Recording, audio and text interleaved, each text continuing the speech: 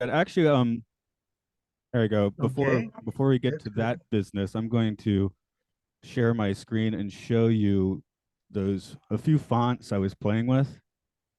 Okay, Can you see this? this, oh, I have to hit, this says it's me. I got to hit got it. Okay, I hit got it. Okay. Okay, Yeah, this looks like, go I ahead. have I'm sorry. five fonts. So this one is a copper plate. Yeah, it looks a little bit like the one you don't like, the comic one. Oh, right. This one is It looks a little actually like it.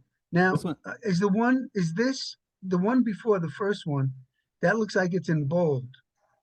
the whole Is, font is is bold. that just Yeah, the font itself is bold. You can't unbold it. okay? That's This fine. I one like bold. this one is Okay, actually specifically it's the font from the TV show The Prisoner. okay. I don't like this one. Too hard to Okay. read to me. It's a little weird, yeah. This is a real simple one. If you want to keep it super simple, I personally think this one's a little dull, but that one's Um, Franklin Gothic medium. Um, okay. this one Now this is one's too. I don't like this one. okay. That's Britannic bold, so that's no good. Kind of a simple. This one trying to be simple. It's It, modern number 20, trying to be a little more simple. it looks like Times New Roman. It's a What little is I different, but want? it's close. Yeah. Yeah, and this is not in bold. Of course, Uh, you could put it in bold, but I don't know if yes. that's any better. It is in bold. I don't know. What do you think? I don't know. I'm not saying we're choosing this one, but what do you think about the difference between bold or not in bold? I think I like it in bold better. Yeah, I like the bold better personally. If you notice, look look at the title when you make it normal. I mean, take away the blue. Aren't those words more blending together in bold? If you take it off bold, and you'll see what I mean. Okay. I could also put an extra space in if need be. So, No, yeah, but just take it off bold. And yeah, now let's see if a I'm little right. difference. Yeah, it comes a little closer. I wonder if you put an extra space in there, how it looks. Yeah, because I don't care much about it. I like the first two to look at anyway. The Is there first any two? more? Is this it? That's Is this was that the last one? I mean, there's hundreds of fonts on, No, no, but your but choice. I mean, those are the five that I just like in the past 10 minutes. I thought looked good. Uh, okay, no, that's fine. And the this is second one? yeah, that's one you didn't like. That's the prisoner one. Oh yeah, right. The third one then. Third one, that one might be cool and bold. So let's see how that comes through. We don't know if we need it in bold.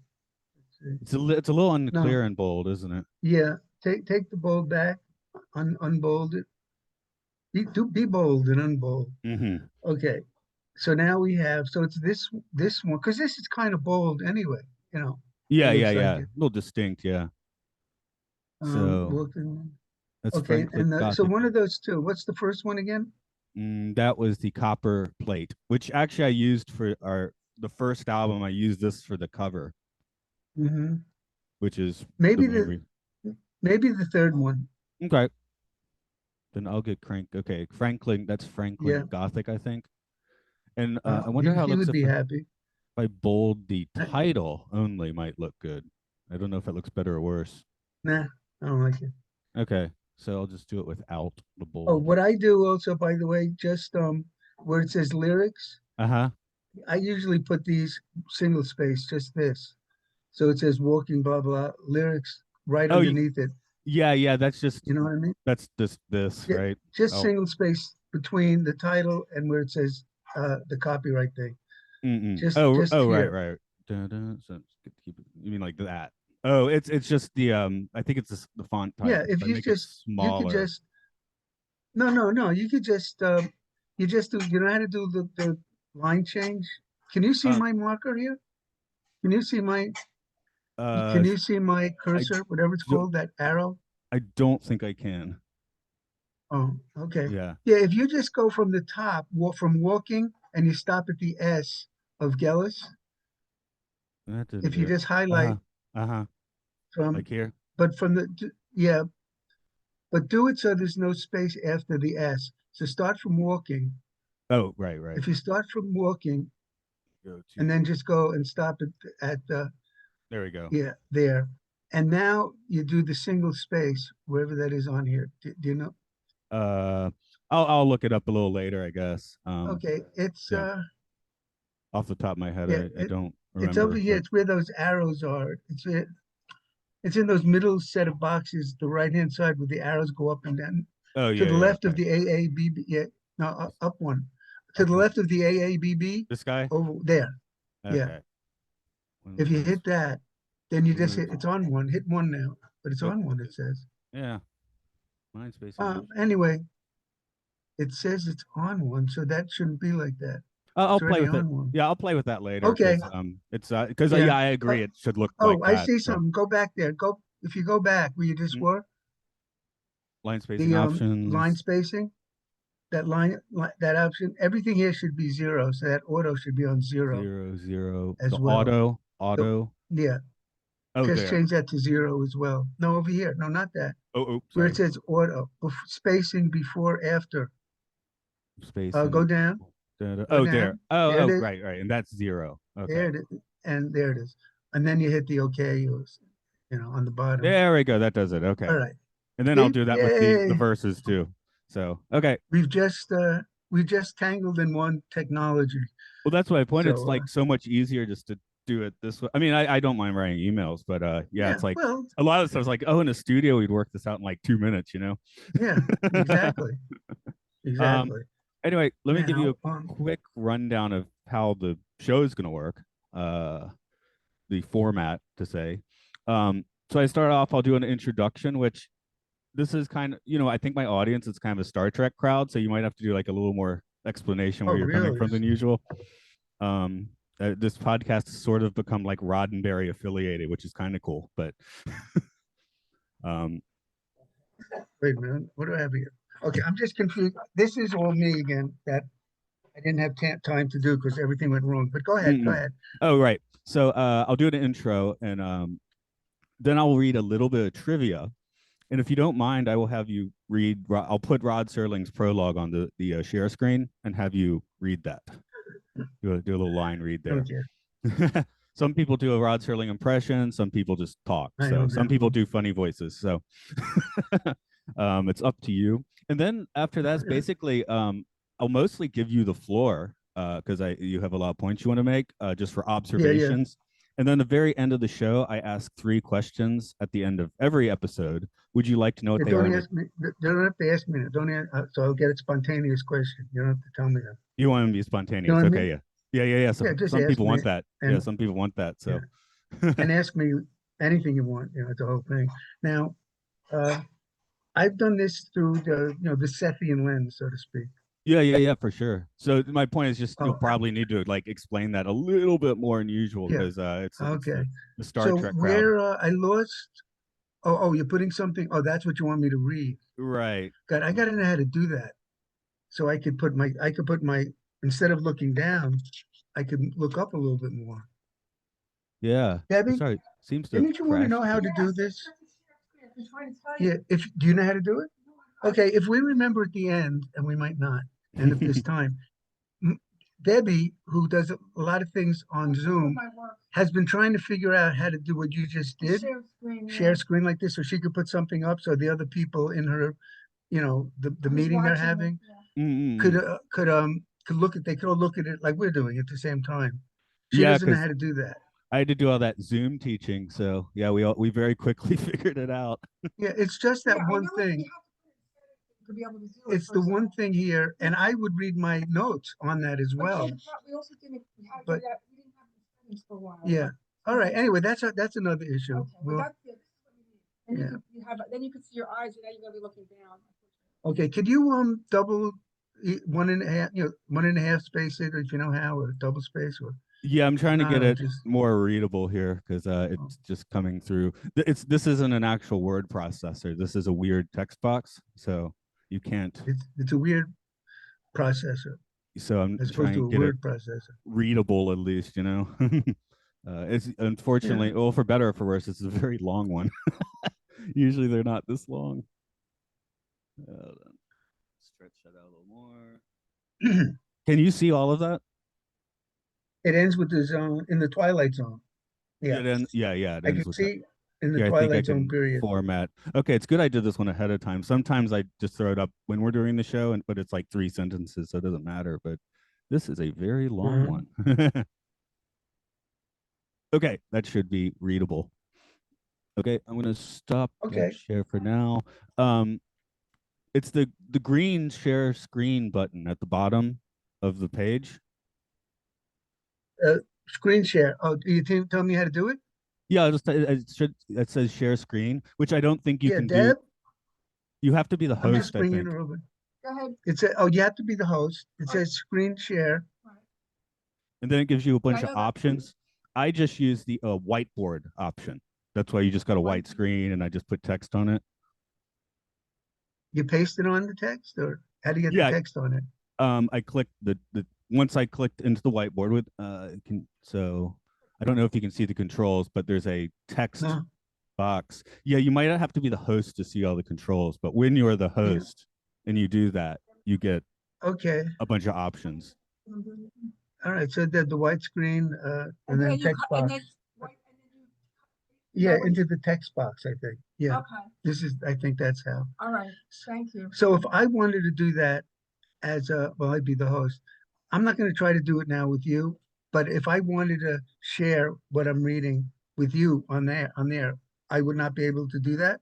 I think you can. Hold on, I'm going to do something I haven't done before. Yeah. But Most allows you to, you can. Oh, if you allow me to.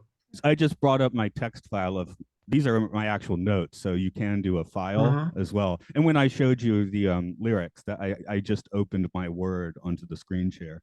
Okay. Oh, I hope I didn't just get rid of that prologue though. I mean, I just got rid of the prologue. No, it's still there. Okay, good. There we go. But yeah, we all had to become Zoom pros because we just had to All right. for 2 months do all our classes that way. Yeah, I could figure that out later. I mean, my head will be down like this reading it. That's the only thing. Oh, unless I put something just to raise it a little bit. Yeah.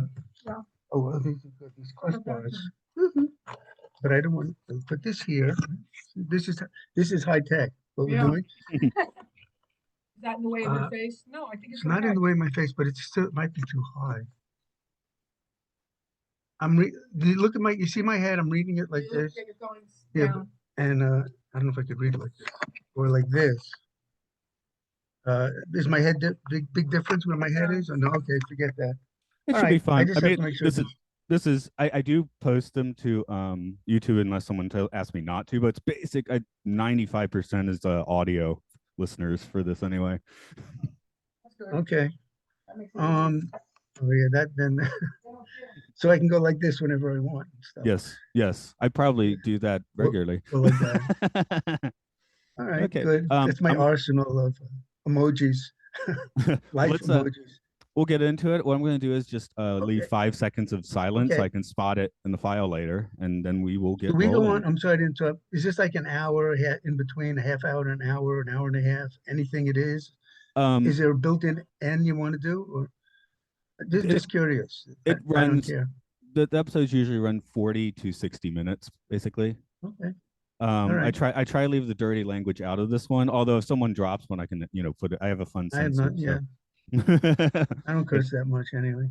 No, I had to censor myself last week because I was describing the food scrapple, so I had to call it lips and assholes. But you had to call yourself. You had to call yourself into the office to address yourself. That's right. I had to address myself down a bit. Yeah. Okay. Anyway, I'll leave 5 second silence and then we'll start.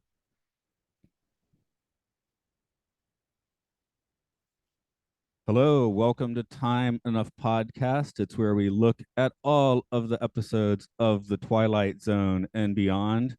This is Matt here. Joining me today is look, I'm not quite sure how to introduce you because you're the dude that writes lyrics for me. That's how I how I think these days. Yeah, we do. We have a musical collaboration that's been going for if you notice a year and a half. I'm sorry to interrupting. I'm looking around. Deb, do you know where my other glasses are if I need them? Sorry, I'm using my reading glasses, and boy, I am a difficult person to do this with. Okay, we'll get rolling. Go ahead with the. So yeah, how did, well, your introduction was good right there. We do, you know, songs together. I write the lyrics, you write the music and perform them. So, you know, we met in an interview though, when you interviewed me on another show, one of the other shows you did, That's you right, know. and that's So, I guess your main claim to culture, the universe, whatever. But yeah, this has to do with your participation in the 1970s channeled Seth classes, which I think. And geez, I haven't even said your name yet. Hi, Barrie Gellis. uh, Anyway, you know, like I was saying, where it's kind of a bit of a. We have a lot of Trekkies around here who may have not heard of this particular concept. Could you give a brief introduction to what that yeah. is? Yeah, Seth was a supposedly, I agree with it. First of all, Jane was a medium in the 1960s and 70s. She died in 84, Jane Roberts, and she channeled Seth. So Seth was a personality or an entity that no longer needed a physical body, and he had all these concepts about you create your own reality, time is simultaneous, you know, death is no end, and she you know, she spoke, sort of dictated the books to her husband, who took longhand notes. And in that fashion, they did about 10 or 11 official books. And then there's something called the early sessions. Those are all the sessions leading up to the first official session for the official books. And then there's something called the personal sessions, with things that didn't fit into the books while they were doing, you know, book dictation, but it really was not with their personal. So all in all, there's like 9 early session books. There's about 10 or some so official books, or 11, and then there's about 7 personal, the personal session books. So I don't know, there's about 30 or so books, I don't know exactly, and that are dictated. So that's, and also she had classes, what they call classes, from she started 1964 about, and she died in 84. So in 19 about 67, she started having these classes in her living room, and they went on for about 10 years also. And those classes produced transcripts each week of what Seth said. So I was at the Seth classes from 72 and 73 for about a year in that period of time.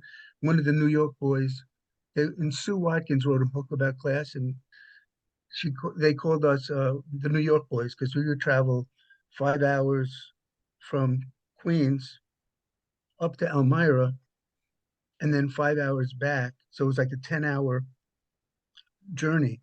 And in between, there was Jane's 4-hour class. So we'd leave like 1:30 about Tuesday afternoon. We'd stop to eat on the way there. We'd get to Elmira and the class around 7, let's say. The class was from 7 to 11. Maybe it was a 3-hour class.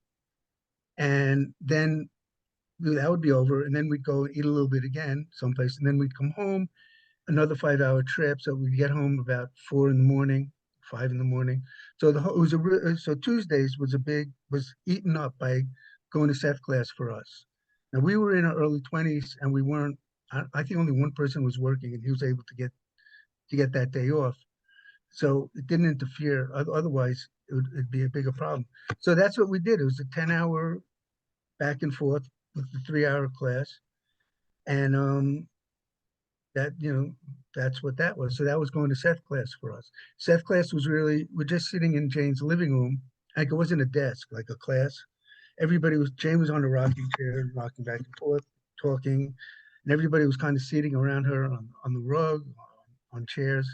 It could have been as many as in her living room. So there could be as little as 15 people, maybe as much as even 40, depending upon the particular week.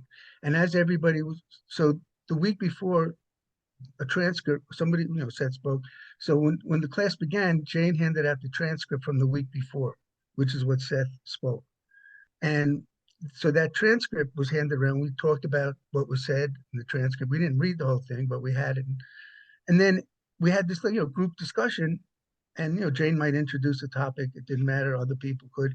And in the middle of it, Seth would come through. And Seth would then speak and comment on things and add to the discussion, or whatever. And so that she did that for about, you know, 10 years, but I was there for about a year of that. and my friends were there for about 2 years. In any case, so Seth is this non-physical, I think he called himself a personality that no longer needs a physical body. And he had many incarnations, and there's more to him than that. But anyway, that's Seth, and that's the Seth material. And the really interesting books, they're more interesting than I'm making it, saying, because it's just so, I can't describe it here. We won't get into it, but there's so many things, and concepts that are just amazing. And I And but I'm sorry, the one that connects to this show mostly is the idea about you create your own reality, um, is a reality creation. So when we talk more about the show, you see how that fits into that. Yeah, I was gonna say So the personal appeal of those books, for me at least, is kind of like as a like a mind gymnasium, sort of like, why don't you think about this way, and you can not quite, maybe meditate on it, but just go down an interesting train of thought that you wouldn't have gone through without reading that book. And also, like today's episode, The Arrival, coming back to that book later and having it read completely differently, even though the words are technically the same, is hmm. that's But I mean, like, so I'm sorry, Seth's idea, like reincarnation, a lot of people believe in, but when you throw in simultaneous time, that everything's happening all at once, it's possible to die in 1980 and to be reborn in 1970. You know what I mean? So you could actually meet your reincarnational self, and he calls that counterparts. And and he has the idea of probable realities, that there's infinite number of probable realities from which we kind of choose outside of linear time what we want to physicalize. And this is an ongoing process. And we're all in constant telepathic communication, telepathic and subconscious with each other. That's how we make the agreements about what we want to do when we all meet. But we all have free will, so you can change it anyway. So it goes on and on with his ideas. They're not what they sound like just by the labels. Uh, but so yeah, so that's Seth. So I was involved with the Seth material, and I have an online Facebook page which I don't know the address of, and a book, and I actually wrote a book, Seth Class Q&A, which is someplace you can look at it on Amazon if you want. But that's not why we're here. No, when You I know, started the as long as podcast, I was like, "Do you want to put this lens on an episode?" And you immediately came out with The Arrival, which at the time I was like, "That's going to be a while before I get to that one," but it's a while later. Here we are. So, Mhm, uh, let yeah. me get some of the nitty gritty business out of the way. I'm just going to do a quick trivia dump for everyone about this episode. The original air date was September 22nd, 1961, and the script is by Rod Serling. Boris Sagal directed this, along with other episodes of The Twilight Zone and shows such as Night Gallery, The Man from U.N.C.L.E., and Columbo. In a twist that may be even too dark for The Twilight Zone, Seagal died in 1981 after accidentally stepping into the path of a helicopter rotor. I had to read that like 3 times. It's like, Doesn't really? That was just like, everybody does that? yeah, really. Grant Sheckley was played by master character actor Harold J. Stone. He took that mid 20th century path of starting out on Broadway, appearing in films such as Alfred Hitchcock's The Wrong Man, Spartacus, and X, The Man with X-Ray Eyes, and later doing plenty of TV with appearances ranging from Hogan's Hero to Barney Miller, and having regular roles on several short-lived 70s sitcoms. Fred Wayne, that's Fred with two D's, played Paul Malloy. He's already showed up in The Zone with the episode 22, and he would later gain acclaim with his one-man show Benjamin Franklin Citizen. Finally, Noah Keane played Bingston. He'll return to The Zone in The Trade-Ins, and also had roles in shows like Perry Mason and The Virginian before closing out his career as Johnny Cakes on The Sopranos. So a little bit of a but yeah, that with Okay. the director, I was like, really? Seriously? So just you can't make that stuff up. Oh, so Matthew has started. You can see me. Oh, this. You want me to read this? Oh Right. yeah, yeah. Sorry, if you don't mind, we'll go quickly. You're gonna That's okay. give us the prologue, please. Yeah, I'm supposed to. I am not supposed to. I will read the prologue. I found that 10 minutes ago. Um, so I'll do my best. you can imagine Rod Serling and Rod Serling's voice. He's standing there. So he goes, this object, should any of you have lived underground for the better parts of your lives and never had occasion to look toward the sky, is an airplane. Its official designation, a DC-3. We offer this rather obvious comment because this particular airplane, the one you're looking at, is a freak. Now, most airplanes take off and land as per schedule. On rare occasions, they crash. But all airplanes can be counted on doing one or the other. Now, yesterday morning, this particular airplane ceased to be just a commercial carrier. As of its arrival, it became an enigma, a 7-ton puzzle made out of aluminum, steel, wire, and a few thousand other component parts, none of which add up to the right thing. In just a moment, we're going to show you the tail end of its history. We're going to give you 90% of the jigsaw pieces, and you and Mr. Sheckley here of the Federal Aviation Agency will assume the problem of putting them together, along with finding the missing pieces. This we offer as an evening's hobby, a little extracurricular diversion, which is really the national pastime in the Twilight Zone. All right, Uh, thanks. So, Yeah, the only, go ahead. this is your choice. So I guess I'm going to throw the talking points out in your direction. This is an episode I don't think I had seen before. I notoriously only had like a third of the series on disc before buying the whole thing. But this one, I definitely, after I watched it, I had to like go a little bumping around on the internet and kind of like, what does it all mean, sort of thing. It's a very esoteric episode, which is kind of fun. So maybe we that 10% missing of the puzzle is what bugs us all. But Well, I think like most people are in the 20th century America knows about the Twilight Zone, the repeats of it on TV, the movies. So I love the Twilight Zone, and it was scary a little bit, but not scary enough that it's horror and blood and gore. And of course, and then of the Star Trek also. So Star Trek, um, Jane and Rob, that were involved with the Seth material, love Star Trek, and there are references in the material to Star Trek, and they talk about it here and there, but I wasn't prepared to have that. And so, and then somebody was going to do a movie, trying to do a movie on this, Raul de Silva, and he said he knew Rod Serling, and he wrote his obituary, but they were friends, and he said that Rod Serling and Jane had communicated a little bit, somewhat. And so I haven't verified that yet, but he was accordingly, well, not accordingly, I don't know what the word is, but therefore, so Rod Serling and the Seth material did have a connection, that he heard of it, and they both liked each other.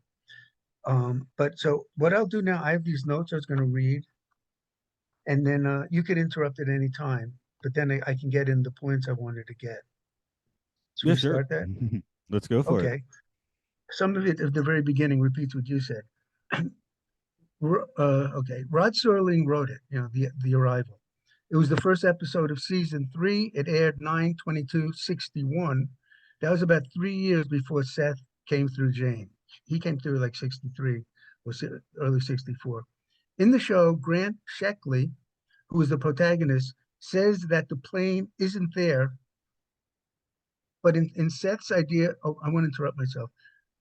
I wanted to see what it was like reading my notes without rereading them beforehand. So I'm reading them spontaneously for the first time now, whatever that's worth. Okay. So in the show, he says that the plane isn't there. But in Seth's idea of reality creation, that's what we're basically going to talk about. In Seth's idea of reality creation, of you create your own reality, the plane would be there. In Seth's idea, objects are superimposed on each other, like in the show, and each person sees, if it's a plane of their number and stuff. But there is a plane there. It's not like it'll just disappear. According to Seth, that's what physical reality is. It's a reality of appearances. He calls it a camouflage reality. So So in set, and the idea of reality create, maybe it's in here, I'll say. Uh, so Seth's idea of reality creation, or you create reality, would be the plane would be there superimposed on each other with all the discrepancies like in the show, but still actually physically there. This is the difference between Seth's ideas of reality creation and a person experiencing his own personal hallucination as physical when it is actually not with physical at all. When you experience it as physical, that's not the idea of reality creation. That's just a mental aberration, delusion of sorts. In the expansive reality, it could be said that all the physical reality is not there because according to this, we conjure it up each moment. And so it's kind of, but that's neither here nor there now. So in the show, um, in the expansive reality, everything's the appearance reality. This is why I personally don't like the term illusion when people talks about like reality is an illusion. An illusion implies like it's not real. Whereas if you think of it as an appearance reality or a camouflage reality, it's real. It's just not what it appears to be to the five senses. There's more to it than what the five senses is. So he also said in the show that it could be mass hypnosis. That's what Sheckley first believed, or sometime in the show, which was very sensible for him to think that because in the beliefs of the day, and he's a good investigator, it made sense. So with getting back to Seth, though, you can objects are not unreal illusions, but they are physically there. So let me just do it because I'm sort of. But I'm thinking the pivot scene here is definitely the climactic scene of him putting his arm into the propeller. That's where reality breaks down. So up to that point, like, is that plane? It was real 17 years ago. Yeah. Is it real now? We don't know. The plane, I'm going to get into it. I think it mixes together. Later on, I'm going to say he could be having a lucid dream and not even aware of it, but yet it blends with physical reality also. So it's Twilight Zone. Being in the Twilight Zone, you don't have to be totally logical because you're in the Twilight Zone. But the show is a great story, mystery, or psychological drama of an inadvertent example playing with the idea of reality creation. It is important to remember that these concepts are not Seth concepts, but rather inner wisdom, ancient wisdom, eternal wisdom, or whatever you want to call it. Seth spoke them through Jane, but he didn't own them. He didn't make them up. He just knows of them. And it's there for all of us. We all have access to this information, which includes Rod Serling. So I believe subconsciously he was aware of reality creation on this level, was playing with the idea, or this is how the idea came through his consciousness, that in his subconscious, his stream of consciousness, he picked up on this ancient idea of reality creation, and through his filters, it came out this way in the story, or on purpose, he made it, come out this way in the story. Because this was all, he took it into different directions of the actual set material, but it's playing with that idea regardless of where it came from for him, Rod Serling. So this is how it works, using the plane as an example, reality creation. Via ongoing telepathic and subconscious communication and agreement, we agree on what the plane should look like and where the plane should be located. In reality, we don't usually notice the minor differences until something comes up to cause us to focus on them. Like in a police report, everybody has to write down what they saw. So someone might say the perpetrator, had a mustache and he was wearing a blue sweater. Then somebody else might write down he didn't have any facial hair. He was wearing a red shirt. These differences are natural according to the theory of reality creation. But we usually either say, oh, somebody just has a faulty memory, or they don't come up at all. But we agree in reality creation what the object is supposed to look like and where it's supposed to be, like a TV in a room. 5 people walk into a room, they each create their own TV to see, all superimposed on each other. So we think that they think there's one TV in the room, but really there's 5 different TVs superimposed on each other, and each person sees only their TV. And that's how it, that's how it fits into the show where they all see their version of the plane. although it appears that there's one plane there. In the show, it's an illusion in the sense that it's not really there at all. In the actual idea of reality creation, that's how all objects appear, but they are there even though we each see our own object. So that's how that works. We don't notice the minor differences. Um, Yeah, again, coming none into of this this would. episode, I actually like I as I said, I hadn't seen this, and from the description, I had this thing in my head where people were going to see like completely different planes. Like one person was going to see like a World War One biplane, and then another would see the DC-3. But like you said, it's not a big obvious difference. It's like a very minor difference that it seems to be hours or even like a day before they notice that they're seeing a slightly different plane. I don't know how long. I mean, that they. I thought they were there investigating it, and then somebody mentioned the blue seat that clicked in his head, and then he looked and he saw a red seat. That's how he got the idea. The investigator, On a black and white that it show. was these. Yeah, which is important because if it was a color show, we would be in on it before the characters realized it, and that wouldn't be. It'd be another slant. But as the viewer, we would see, oh, he's seeing red, he's seeing blue. We only discover it through the character, through them as it comes up. That makes it more dramatic, to hear the explanation without actually seeing it ourselves. So I don't. It's not done on purpose to be black and white, but since it was in black and white, that idea of each seeing a different color, I think worked well. That we didn't see it ourselves. Um, So, this, by the way, this agreement is according to the Seth idea. You could put it to the show as well. Is as I said, ongoing telepathic communication. So everybody, like in an event like this event, would agree beforehand, what the plane is supposed to look like and where it's supposed to be. But not all details might, everybody could switch the details a little bit. And so in this investigation, it came up. Otherwise, it didn't come up. It wouldn't come up usually in the idea. Um, so yeah, I wondered at the very end here.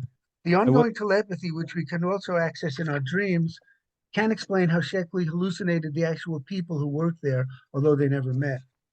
One of the things is, how did he know these people if he's just a delusional? How would he be delusional about the real people? Because in his delusion, call it that, the actual people are in it.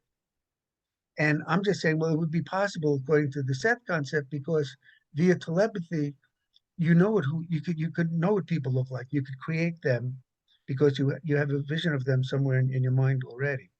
And I'm sorry I interrupted. I thought you might. Well, that's just kind of the bugaboo of this episode because the plane vanishes. Oh, that's awesome. But these other two, sentient people also vanish. And when he finds them, they don't know him, at least not from that day. They remember him from like years ago. Yeah, one knew him from years ago, and the other one I don't think they ever met. Yeah, that was great. A shock in the show. You figure the plane would disappear. They never talk about the guy in the plane disappearing. He also disappears. But then the three people he's talking to, boop, boop, boop, they each disappear. And that's really a good, got my attention. I was already, when I watched this show as an adult, not as a kid, was seeing, oh, he's doing that. Everybody, it fits right in with you create your own reality. Each person creates the object they see. He has that idea there. Um, So also, so this reality creation, it is you create the objects you see, but you also use it, you attract people in events. So like if you meet somebody on a street corner or something, or who knows what it is, you've agreed beforehand that you're going to meet there. So that's also just as an aside, that's part of the telepathy, the ongoing telepathy that's going on. In this show, it's still unclear what's going on. Whereas, is this reality? Is it is delusion? I was thinking maybe it's like a lucid dream, but also at the same time, he seems to be there because they talk at the end about him getting arrested. Now that could still be part of his lucid dream. And this could be a dream he's just not aware yet he's having. It doesn't have that in the show, but I'm just saying that my belief system allows that as a possibility that maybe that's what's going on, because it does get confusing, you know. Well, Now, I put in my notes, like, is he, he's basically torturing himself. And I do wonder if he actually has been in this state of mind for, what was it, 17 years since the flight. yeah, So, it might be that he's having like constant delusional lucid experiences. well, he it was 17. By the way, ironically, he solves this case. He's upset. The flight 107. It could be he was aware flight 107 was coming in 18 years later. Now, this was the only case he didn't solve in his 18 years, and he's a meticulous investigator of these missing planes. And Flight 107 is the only plane he could not, the only case he could not solve. So that was apparently festering in him all these years. And now that Flight 107 in the present of that show was actually arriving again, same plane, same, from Buffalo, everything's the same. That could have triggered him, his awareness of that, because he couldn't, he was obsessed in a way that he couldn't solve that one case. So I'm just adding here on the side that ironically, he did solve the case of the mystery plane, why it was there, why it disappeared, why it had different colors and everything. He solved it that it wasn't really there. So he solved that case of Flight 107, why that it really wasn't the plane, really wasn't there. So I think that he was triggered. He must have read it in the paper, I'm guessing, and this triggered him. Now, did this trigger? He went to bed. He had a lucid dream about it. He went into an altered, like mental state, found himself in this area because there's a blending of reality and the plane landing. We saw them landing the plane. You know, the guy with the flags, and we saw without any funny film business. Right when the plane landed, they noticed no passengers were there. So this couldn't just be normal physical reality because it's some kind of that's why I think this whole thing at the beginning is his. I'm calling it a lucid dream. You could call it his whatever you want to call it, delusion, his whatever, his personal whatever. So the whole show, in a sense, it could start with the. I'm going to say lucid dream, but you can substitute what you want, but not actual reality because it starts with the passengers not being there. So it's not really starting with the plane landing. Like at the end, he's shocked. He goes, "Wait, didn't that plane didn't land? How wasn't it empty? What is this actress doing coming off the plane?" That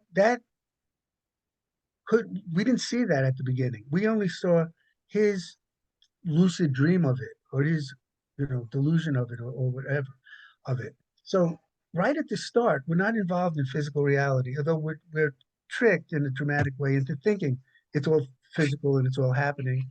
And they even say so. The guy bangs on the plane. But then he goes to the office when and he meets the same people who are there. So this could be explained as a continuing lucid dream because in this invisible, inner realms, we do telepathically, we can know what people look like. So that could still be his dream that he walked in and he had that conversation with these people. They thought he was crazy. Then he goes back and he's wandering through the hangar, and then it ends up he's getting arrested. Everything from the beginning of the show to the end of him, them mentioning he's going to get arrested, could all be a part of his lucid dream. It doesn't have to be, so that's how I'm looking at it now because it just Had, makes sense, but it's a Twilight Zone. yeah, I also Go had the ahead. thought that maybe the tail end of the show is after waking up, as in the lucid or we call it vivid dream too, I guess, because he doesn't seem to know it's a dream. But the feeling upon waking was so strong. I just know this morning, I did 2 hours ago, it's 9 in the morning here. I woke up at 7 and I woke up with kind of a fascinated unease because of the dream I had just had. So I'm like, if you'd had something so powerful, it could maybe mentally crack you a bit as it did this guy. Except you woke up in your bed. He wasn't in his bed. He was still in the hangar. So I don't think he woke up. You see what I mean? Yeah, The whole yeah. show was him in the hangar. So if you So it's blending together what really happened, which is the plane landed fine. He was triggered somehow. Somehow he's there, and somehow these people are seeing an invisible plane, like, which made sense with his situation 18 years ago when the plane was just missing, was never found. So if you want, the only way I tie everything together that makes sense is the show begins in the middle of his lucid dream. I say a lucid dream because in that you're aware of what you're saying and doing. Uh, so that would make sense. Or if someone has a substitute event that's like a lucid dream. But to me now, and I didn't think all this through until I saw the end. This lucid dream part was when I just rewatched the show. Um, if you throw in the lucid dream possibility from the beginning when the plane is landing without people to the end where he's now getting arrested, to me that now could easily be all part of the same dream. He just hasn't woken up on the show. Yeah, Like the if the show ending. went on 5 minutes, if the show went on 5 minutes more, he'd be like you waking up in the bed, and wiping his brow. Yeah, because the end is sort of like the, like I can't get from there to here sort of thing. Him stumbling around, like not being able to move properly about the airport, that Well, seems that's something I have that dream a lot where I'm like trying to get across town and there's like I have too much stuff or there's too many yeah. obstacles, that sort of thing. Well, he's just in shock. I just thought of it as he's just, this is just emotionally too much for him. It happened. Now they're saying it didn't happen. What's going on? He never solved the case. To me, he's just like having he's just in shock. He's just in the bad state, but he's still at the hangar there. And the hangar is still a dream hangar because there's nothing else there, nothing else going on. So uh, the more I look at it now, it does fit that lucid dream thing. It kind of ties it all in, uh, I guess sometimes that's they what's say going it's on. lame to just tell your dreams, but I don't know. We'll consider telepathic rivulets of thought and consider that this might be pertinent to the episode. The dream I was having was three parts. Three parts. One was like in a park, one was like at a school, and one was like in a kind of like warmly lit mansion corridor. And each time I think I'm younger and I'm with like a group of younger people, and I'm not actively doing this, but there's one person who's specifically kind of aggressive and taking an ant or something, like torturing the ant and then going up to larger animals like a cat. And every time he gets to a monkey, I like monkeys. And then when he's pestering the monkey in front of us, a door opens. In the park, it was very trippy because the door was out of nowhere. In the mansion, it was just a mansion door, and some authoritative spirit like shows up and tells him to stop. And then the dream reset, and it was like the exact same thing, but in a different setting. So Well, it's similar in a way. With the repeating of an event instead of the plane landing, you have that event repeating for whatever reason. and I wonder if that comes in Um, because I colored this episode thinking everyone was going to see something very different where they saw very small differences. So in my dream, it's like, okay, well, let's make it very different each time now. Could be. Do you know the movie Repulsion? Do you ever hear that movie? I've heard it's repulsing. That's is that Polanski? Yeah, it's Okay, a that's as really smart as I can be about that, by the way. I haven't seen it. that's pretty good right there.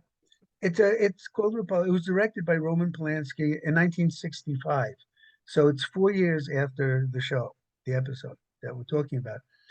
Just if you to be familiar with the show, oh, and it was co-written by Roman Polanski and a guy named Gerard Brock. I obviously looked it up, so I don't know if they were influenced by this Twilight Zone episode or not. The connection isn't well. In this, it's a really scary movie, not with its monsters and whatever, but it's scary because it leaves you with the feeling that right now, as you're sitting in the theater, which I was at the time, not in '65, I saw one of these things that play old movies. It leaves you with the feeling that you might be going insane right this very second and not realize it. That realization that that's a possibility is, to me, that was the scariest movie I ever saw because of that. I left that movie wondering, maybe I'm crazy. Maybe right now, everything around me is it's just not happening. I'm making it up. It's just So it left you with that. Now this movie contained a lot of violence.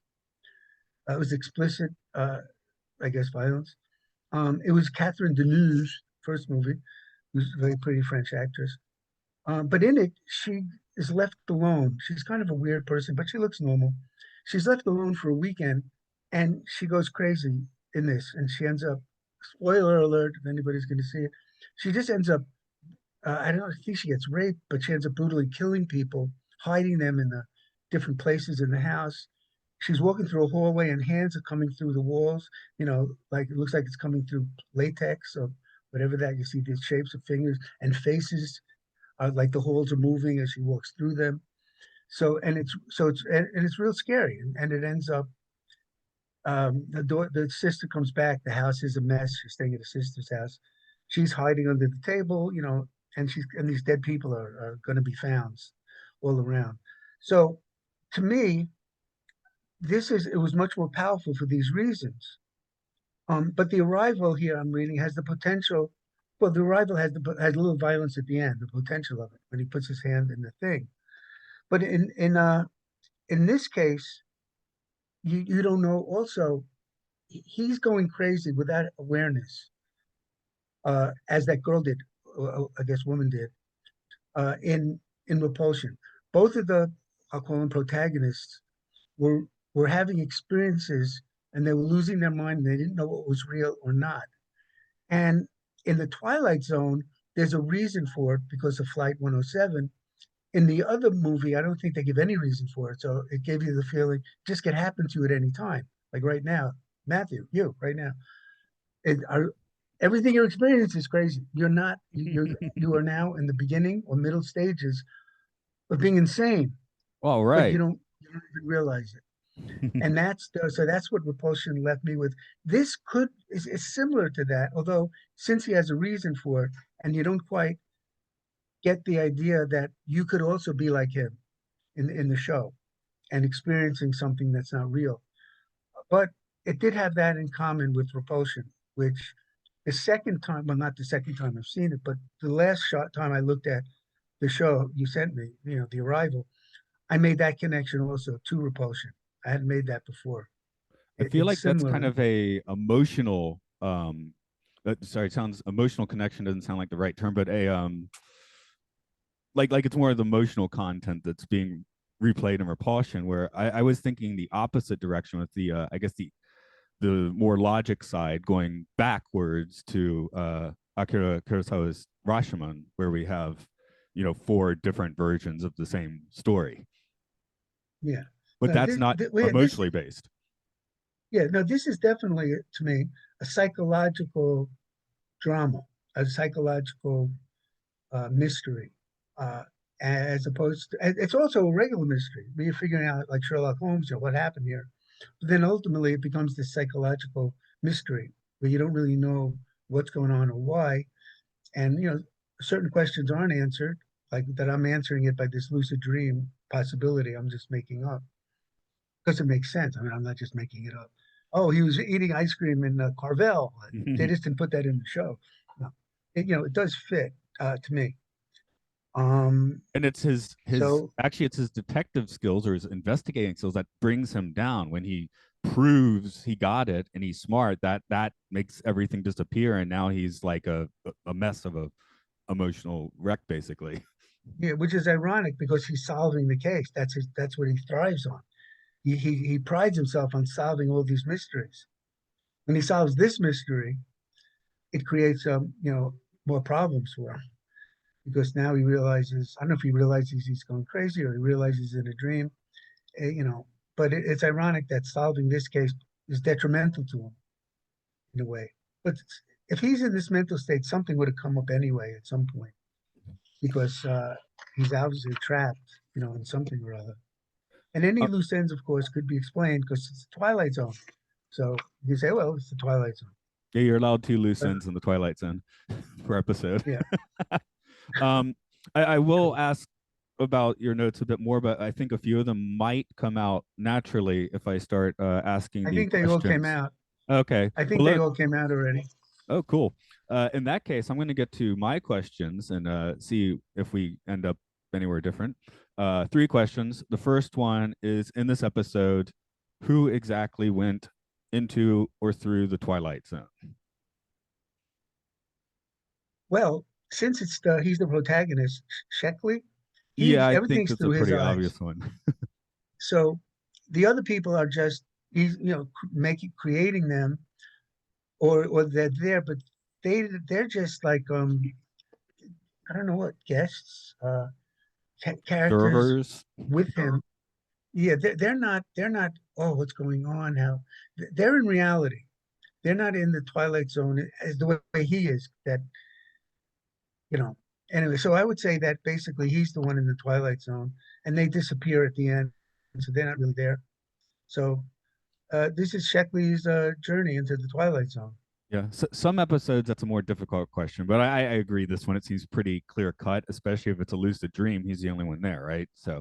Um, Mhm. so we Can you will. come up with another possibility besides a lucid dream that could Um, be there is okay. I didn't bring it up earlier, basically because I cannot remember the Russian author's name off the top of my head. Joe But Smith? yeah, just Joe Smith. But the idea of quantum jumping, which isn't it is kind of a close cousin to the some of the That was Sethian a concepts. Yeah, that was a TV show, Quantum Leap.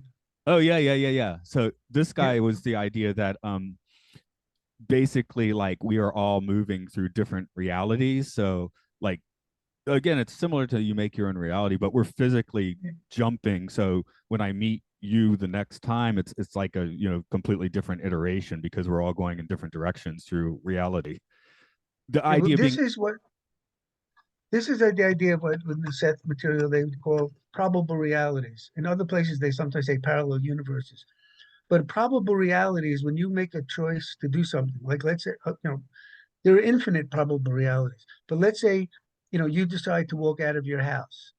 You walk out at 101, a brick is going to fall on your head. And the phone rings. You could ignore the phone, walk out at 101 and have the brick fall on your head as a problem that that's a possibility. You can answer the phone and say, I got to get off quick and go out of the house 105 and find $50 on the floor. You could talk longer and leave 115 and meet somebody on the corner you end up getting married to. Well, and there'll be infinite more. But let's take those three possibilities or probabilities. So you would know beforehand, subconsciously, of those outside of linear time, what the probabilities are, and then you choose which one you want to happen.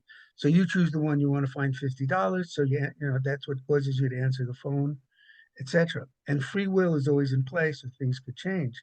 So um, as what you're saying in this show, well, it fits in that this is I would say this is Sheckley's probable reality because the other people are disappearing. If it was their probable reality, Sheckley, in a sense, would disappear. But the fascinating thing about this concept, according to Seth, each probable reality continues on its own. So if you do get hit with a brick in one of the probable realities, or if you decide you want to be a dancer or a doctor, you're both the dancer in one probable reality, a doctor in another. Multiply that by an infinite amount of all possibilities. And just one more thing, same thing with dreams. According to Seth, the dreams don't end when you wake up. They continue on. And you might have noticed with dreams, I have, you kind of wake up in the middle of a dream. It's like it's ongoing. Suddenly you're in the consciousness of whoever you are in that dream. If and then you wake up and you kind of leave, but the dream just continues. And if you're ever in a dream, and I sometimes do it, but sometimes mostly not, try to look in the mirror and see what you look like. Because you're you, so you just think you're you. But if you look in the mirror, you might be somebody else that might be connected to you or not. So if you could somehow in a dream remember to look in the mirror, you might be very surprised. Oh yeah, I had a So very trippy time with that. I had a dream once where it was like a low ceiling room with red walls and kind of weird Aztec mosaics on it. And I was like, this must be a dream. So I did the jump method and it didn't work. I didn't float or anything. So I guess this is real. Then I looked in a mirror. I was like, oh, whoa, okay, this is a dream. so what did you look like? it was like my face turned into like psychedelic snakes that I then went through like a vortex or something. Okay, I don't mean that though. That's interesting and it's a dream, but I mean you look. It's realistic. but you're It was just for not a you. You have second, and then it broke down into like, you just have yeah, another face, like you're another mhm, person. Like yeah. you're somebody from 1930. You're a woman from 1930. But because you're only dealing with your mind in the dream and maybe some things around you, you never actually see yourself in a dream And unless you look. I've also had a few cases where I woke up and like kind of frustrated or something and went back into the dream, right, to finish it. So I Mhm. guess in that way, yeah, the dream was still continuing. So I could like kind of jump back in, and having not fully woken up, I guess I was still able to slide on back in after How would visibly you waking up in my room. how would you tie this to the show then? The arrival, this Um, quantum possibility? Well, what I was thinking, so in the Sethian idea, like on a subconscious, framework 2 level, we're all agreeing that plane is there, even if it has small differences. So it cannot just disappear. In the quantum Right. jumping idea, you, I guess, has the personal ability to completely jump into a new reality in which you could. It's sort of like you have to move, I guess, organically through the Sethian idea, No, I where know the what you quantum mean. jumping, you're just instantly popping into a completely different reality. Yeah, and is it in your version of this, are you in control of it or not in control? Um, Both. It's like everyone's doing it, so it'd be taking control of it. I don't know how many people have successfully completely altered their reality in an instant, but I'm just saying from that perspective, maybe it would make a little more sense in the case of the arrival, that the plane could just instantly disappear and the people could just instantly disappear. Okay, so you're saying the plane disappeared because he shifted into another, like a probable reality, another alternate reality. Yeah, I don't I agree with do. that. I like the lucid dream interpretation, but I was like trying to find a way that you could make this be like, oh, this is happening. Again, I'm gonna go with the dream, but just okay, if it No, is yeah, reality, is it possible? but because you got to remember after this, he does meet the people. He does go by the hangar, and he does get uh, not arrested, but he gets taken away. So it kind of stays in this reality. And it's kind of like in this reality, the plane disappeared for X reason, for some reason. Well, I have my reason, but so is that your first question? That was my first question. My second question, um, and this is phrased the same in every episode. Did in this case Sheckley deserve his trip into the Twilight Zone? Okay, who are we really to judge? Not only what other people deserve, but I guess it's easy to judge in a movie what you think people deserve because you see all the, let's just say not in this case, but you see all the bad things they do and the harm. So let's say in the movie, yeah, he deserves to be killed like that or tricked like that, because it's a movie. He's not a real person, and everything he did, yeah, he deserves it, as a movie. In real life, I don't think people deserve to be killed. Anyway, so in movies and TV shows, we're privy. We're like uh, gossipers that see everything. We see what goes on behind closed doors. We hear what everybody says behind closed doors. It's literature and movies is all gossip from the viewer's point of view. Everything that goes on in a movie is gossip because we're hearing what they're saying, we're hearing what the other people say, but other people don't hear. So in the movie, any movie, you could sometimes decide if somebody deserves it or not, or you can say, that character really didn't deserve to die at the end. He didn't do anything wrong. He didn't deserve to be lied to in movies. In this particular show, there's nothing in it that goes into Sheckley's personality about what he deserves. It goes into it to a degree, I guess. We make it up also of why it's happening, of why he's creating this, what's happening to him. You can't say, does he deserve what's happening to him? He's doing it because he's upset, losing his mind, having, whatever he's having, a lucid dream or losing his mind. It's not that he deserves it or not. He's experiencing it because he's trapped. He couldn't get out of it. He couldn't get out of the idea that he failed this one time, Yeah, and I then the think he plane, might have been. seven. He might have put. I mean, of course, in your line of work, your job, do your best, all that sort of thing, but don't drive yourself nuts. You know, Right. you And don't he want. did. Yeah. So, Now I we don't mean, know what happened. remember something led up to this. So it must have been in the back of his mind. I don't think every day for 17 years he's drinking and focusing on it, but it's certainly festering. And then when this plane was landing at this particular time, he heard it on the radio, he saw it in the newspaper. Somehow he became aware of it, telepathically. So I think that was the trigger that either when you repress emotions, let's say anger, it explodes into violence. You have to express your emotions, and it's the repression of anger that leads to violence, not the expression. So if he was repressing this for so long, let's say he was repressing it mostly for 17 years, then it could explode into this, delusion, uh, lucid dream, because it was you know, like steam in a kettle, whatever it's called, and it exploded. So he might not have been suffering a lot until this trigger just made everything explode. Again, if it's It's a actually dream, if it's a to dream, me he makes he more sense. he might be in a great situation. Maybe he just took a trip to Hawaii. He's actually sleeping in a bungalow by the beach, and he just happened to see Flight 107 on the flight board coming through the airport that day. Somehow, however he saw it. But the intensity of the experience to me, again, now that I'm thinking of it this way and right in the moment, I don't think he was suffering the whole time. I think he repressed it to a good degree, because this is like an explosion. Now they didn't. They could have. It could be that each week he was telling people about it. They told him to shut up, and we don't want to hear it again. It could have been always on his mind. They don't tell you that one way or the other.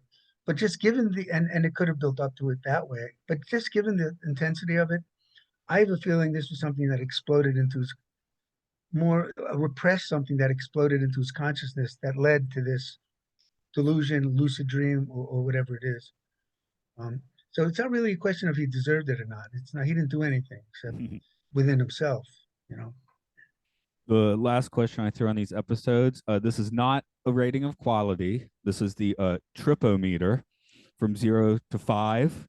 5 being extremely trippy, 0 being not that trippy. Where would you like to place this episode? Well, given the explanation I now have, okay, ongoingly it's very trippy. But to me, as it comes to its conclusion, and I then put my ideas on it, then it's not trippy, because now it's just an idea of somebody having. We're coming in on somebody's lucid dream. It's kind of scary lucid dream in a way, and he's not aware that he's having this dream. And if that's the case, that's not really trippy. It's psychological, but not trippy. Um, so like what about the Twilight Zone where the lady is cleaning house and there's the little UFOs that are there? The Do you invaders. know? I don't know. Yeah, I don't know the name of it. And then we find out that uh, she's not a giant. They're from Earth or something. It was, Yeah, and yeah, that's the they're invaders. visiting. Yeah. Now, is that trippy? It it it's good. It in a way, but then it makes sense because the end says that they're from Earth and this is a planet of much bigger people. You know, or that kid playing the kid makes everybody follow his commands because he could. I forgot now what he did. It's a Turn them good into life. It's coming up in a few yeah, weeks. you know, whatever. So maybe it's the word trippy, but usually the Twilight Zone explains things in ways that could take away that trippiness. But like that one with that kid, I would say that's more trippy. Mm. Even though they give you the explanation of it, it's still, it's like science fiction. It's like weird. That's not going to happen in real life. The kid isn't going to turn people into whatever he does. So maybe the way you judge I judge what's trippy is, could it happen in real life or not? If it can't happen in real life, it's trippy. If it can happen in real life, it's either not trippy or less trippy. So this show, to me, is something that can happen in real life. Have a lucid dream, not aware of it. So I would say it's either not trippy or less trippy. Okay. Although, as you're being aware of it certainly is trippy. How is all this happening? But then it ends up not being trippy. Okay. That's the point of the question, because I think, people's definition of trippy varies, right? For me, I was actually I think of my rating before I start recording. So, because I was putting a 4 on this one. Not the five full on, but four, because again, there's a lot of trippy stuff that we have to talk about. And then a lot of Twilight Zones just have that money shot scene, and I find that often influences how I rate it on the tripometer. And for me, that whole propeller scene, that's just one of the best things that's been on this show. I don't think this is quite a top five episode for me, but that's a top five scene. Just there's like a whole half minute of anticipation. That scene was trippy. Yeah. That scene was a 5 on Trippy Dome. The scene itself that you're talking about, that would I give a 5 to. Yeah. The whole show I give, ongoing it gets trippy in and out. But as a whole, after I put my meaning to it, I'd have to give it a 2, maybe. Yeah, sure. The whole But, show. a few weeks ago, we did the silence where we were like, okay, this episode is either a 0 or a 5, but it cannot be a 2.5 because of what you said. Like, can this happen in real life? And in that episode, the silence completely could. There's nothing supernatural. So, What was the but show about, that one? that What was is that one about? that's where at the Richmond's Club, the older gentleman makes a bet with the younger gentleman that he can stay completely silent for a year because he talks too much. Oh God, that's horrible. Yeah. Yeah, so Yeah. completely Oh plausible. God. Just but they're what they're doing is so whack that for it's like 0 or 5 on the tripometer for us. It's our Yeah. decision. As a trip of me, they have movies like that also where somebody does something, kill somebody, and then they realize, but that person didn't do it. It was just a mistake. In this case, he's tricking them. People do get, yeah. But yeah, what was a good one? Like in the trippy way, where those old people become young people and they're Yes, starting to play soccer or you whatever it is. kick the can, which is Yeah. recreated in the 1983 movie. So they did it at least twice. Uh-huh. So I don't, and there's also the Santa Claus one. There's a lot of those that are trippy. In that one, the kick the can one, do they ever resolve it? Do they stay young? Do they become old again? I don't remember how it I've ends. most recently seen the movie version, in which I believe they, you know what? I don't even remember. Well, I think they stay young in the movie version, except for one person who just accepts their age or something like that. I don't quite remember, to be honest, but that's one that we're Yeah. coming up to, I think, later in the season. So, Well, um, that's amazing with movies. There are movies I've seen, Debbie and I, we both seen, and we like a lot, really a lot. And then we realize we have no idea how it ended.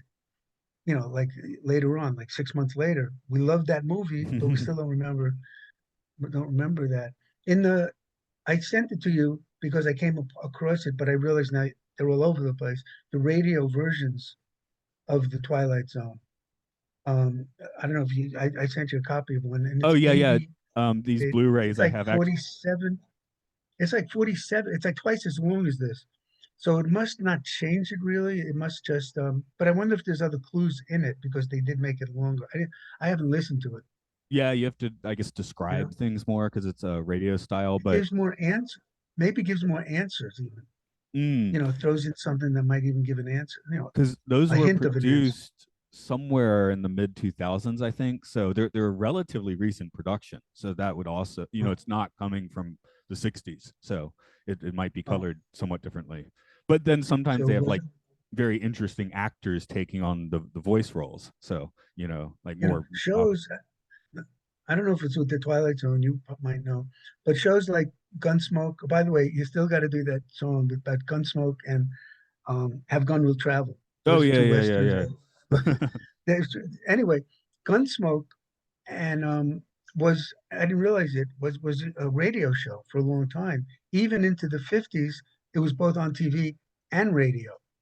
So those were ongoing. They're old-fashioned radio shows, even though they went into the 50s. Um, so I don't know if the Twilight Zone was ever a radio show like that. Like it was simultaneously on the radio. It You're saying this one wasn't, isn't. This but is but years later. Serling actually got his start doing radio, writing stories, and so it's not the Twilight Zone, but Serling did get his start doing this sort of thing on radio. There's the Hitchhiker from season one was a radio show long before they did the Twilight Zone, for And example. it just wasn't obviously on the Twilight Zone. But do you know if that's the one where that lady sees the hitchhiker all the time? That's right, which is death following her around basically. Uh-huh. Yeah, I wonder how that differs. But something like that. could probably be pretty much like it. It's the same story. When we talked about, I think in the radio version, the driver was a man, not a woman. So that really changes Mhm. the tone of the story, you know? And Yeah, with Star. Go ahead. Sorry. oh, I was just saying, With, yeah, these iterations, you'll find a lot of these Twilight Zones go back. Like there was another episode, I can't remember off the top of my head, but goes back to a story from like 60 years earlier. Um, it was, oh, the Odyssey of Flight 33, which is an airplane, but in this very old version, it's a coach, a horse-drawn coach, because the original story dates from 1900. So the Twilight Zone obviously changed it quite a bit, but and which is this airplane one? The one that they're lost? Or what happens in the story?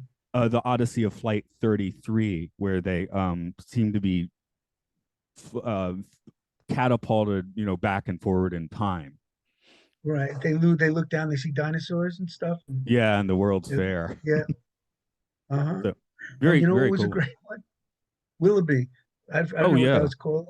the That stop stop at Willoughby. Willoughby. Yeah, that's always in Yeah, my top five that, Twilight Zones. that has, yeah. We joke about that sometimes. People have little phrase jokes Oh yeah. with each other. That's part of one of them. Um, that was trippy. Of course, Yeah, we I don't think know it got a what's pretty real. high rating. Yeah, I yeah. guess And I was going to say Star Trek has a lot of Sethian ideas in it. Now that came after the Seth material, in the middle of the Seth material. And Jane and Rob love Star Trek also. Offhand, I don't remember all the connections, but there's many Seth ideas in that'll be another show. Many Seth ideas in Star Trek. oh yeah, for sure. So I mean, Star Trek is very, very closely related to the Twilight Zone. Just we get the same cast every week and we're in space, But as far as like the content, yeah, it's pretty close to what you get on the original Zone. So, which Yeah, is well, sometimes it is. No, I one was thing just to saying in remember. general. Oh, I was just saying in general, Star Trek has a lot of Sethian ideas in it, and it's out there like the Twilight Zone. So you could say, but it makes sense. It's the future and the different planets and different people. The way it's a great show. I never watched too much. It's my fault. The newer versions, like the updated versions with the different captains and the blind guy, Data, I think his name is. So I'm not that up on those shows because I spoiled myself with the original 3-year show. yeah, But I'm it a was pretty great. dyed in the wool Trekkie. I'm doing the Twilight Zone because my podcast pals all do Star Trek, so I got to do something else. Not that I mean, honestly, the Twilight Zone's as good as Star Trek, I would say, for the most Oh part. But yeah, there's a few bummers. Kavanagh is coming at the end of the season. That's a there, pretty.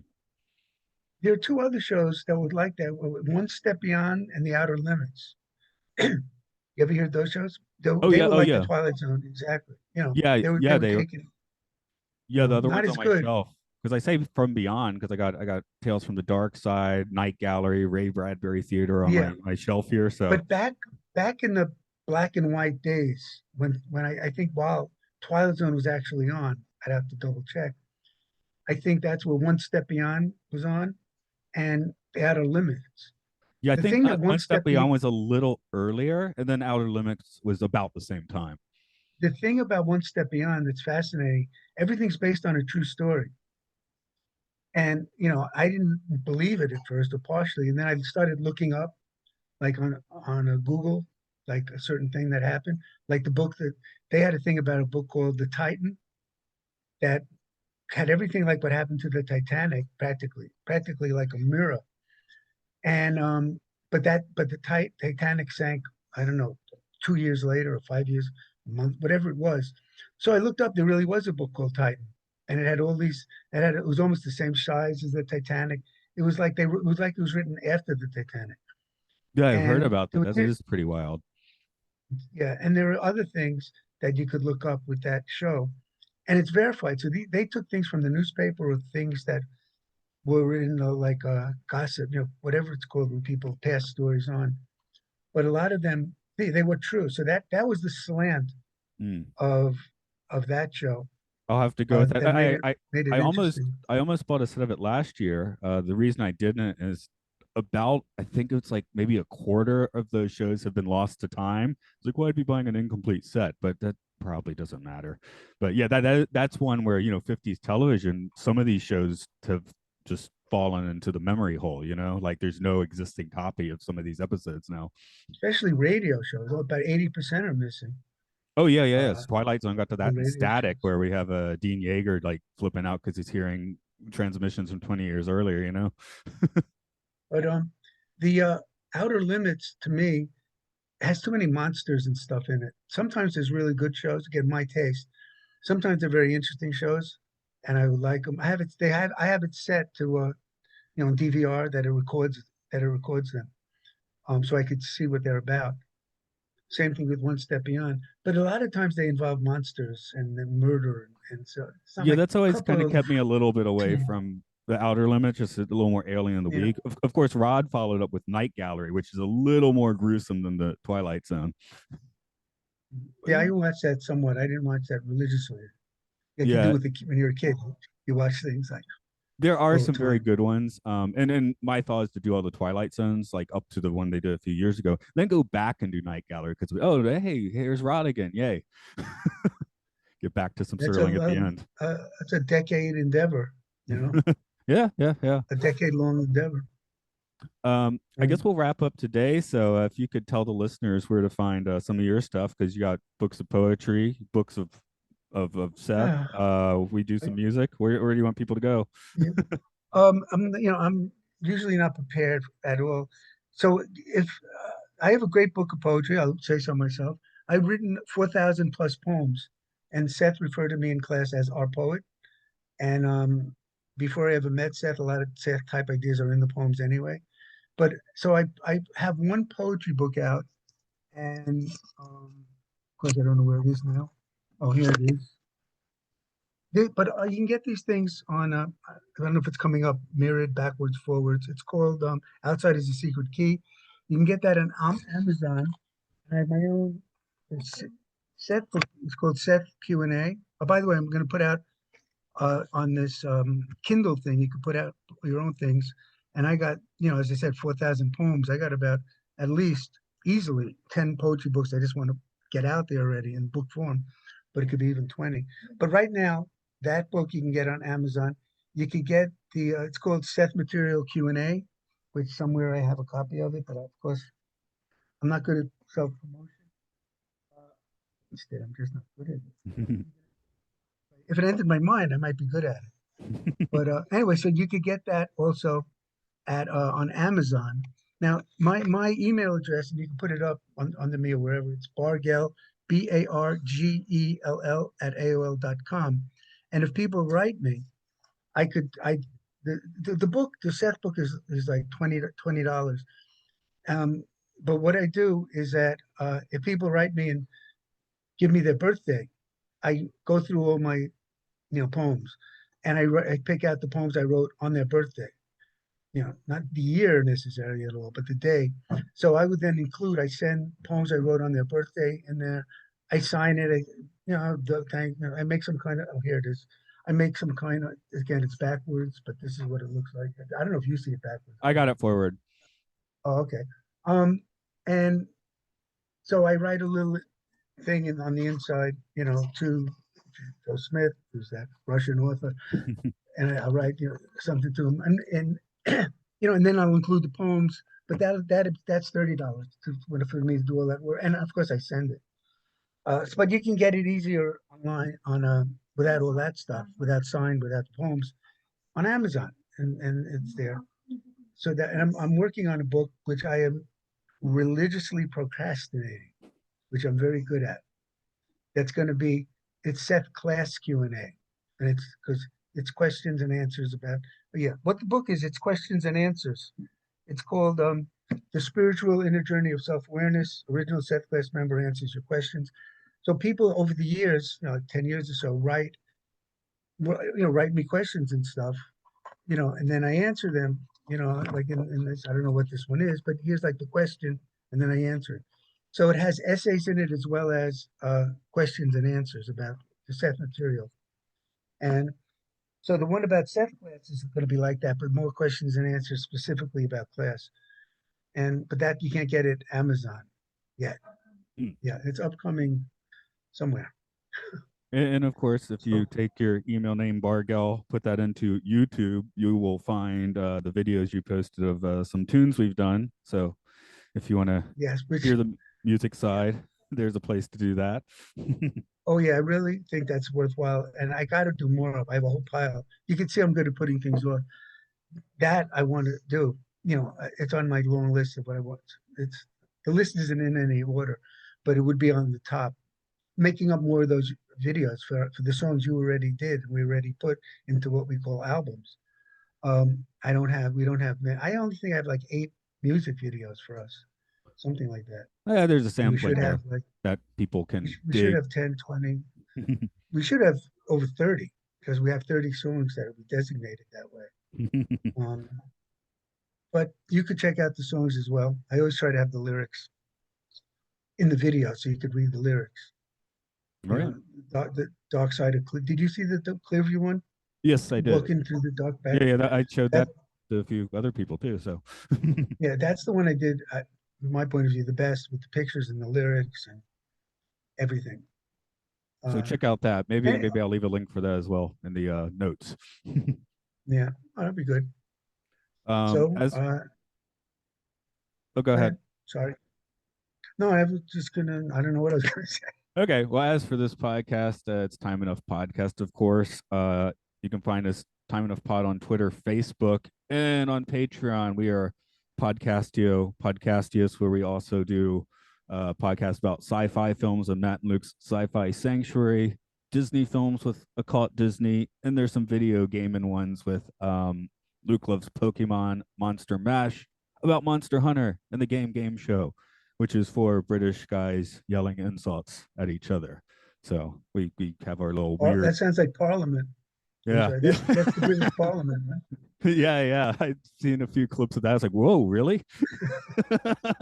British Parliament votes are good. The other one fun recently, Luke of Matt and Luke's Sci-Fi Sanctuary in our business meeting while we were waiting, started putting on YouTube clips of giraffes fighting. Have you ever seen this? No, giraffes fight with each other?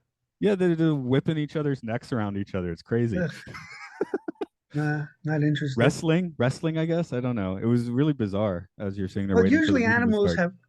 animals have conflicts like that to avoid, killing each other. Like that's Mm. how they solve things. They do things with the neck. They could those animals that butt their head. Sometimes they just make loud noises at each other, stand up tall. But that's the natural way to avoid violence, which humans have not reached that height, to just yell at each other and make a lot of noise and then solve it or actually talk it out. Mhm. But Oh, anyway, that's for giraffes. yeah. Giraffic Park. Ooh, ouch. As for now, I'm gonna go stick my hand in a propeller and see what happens. Okay, I'll do it too. So it was great. Thanks for joining in. I have ketchup on that. Okay, Mm. bye everybody. See you, Bye. Matt. Okay. I'll hit the Okay. recording button and yeah.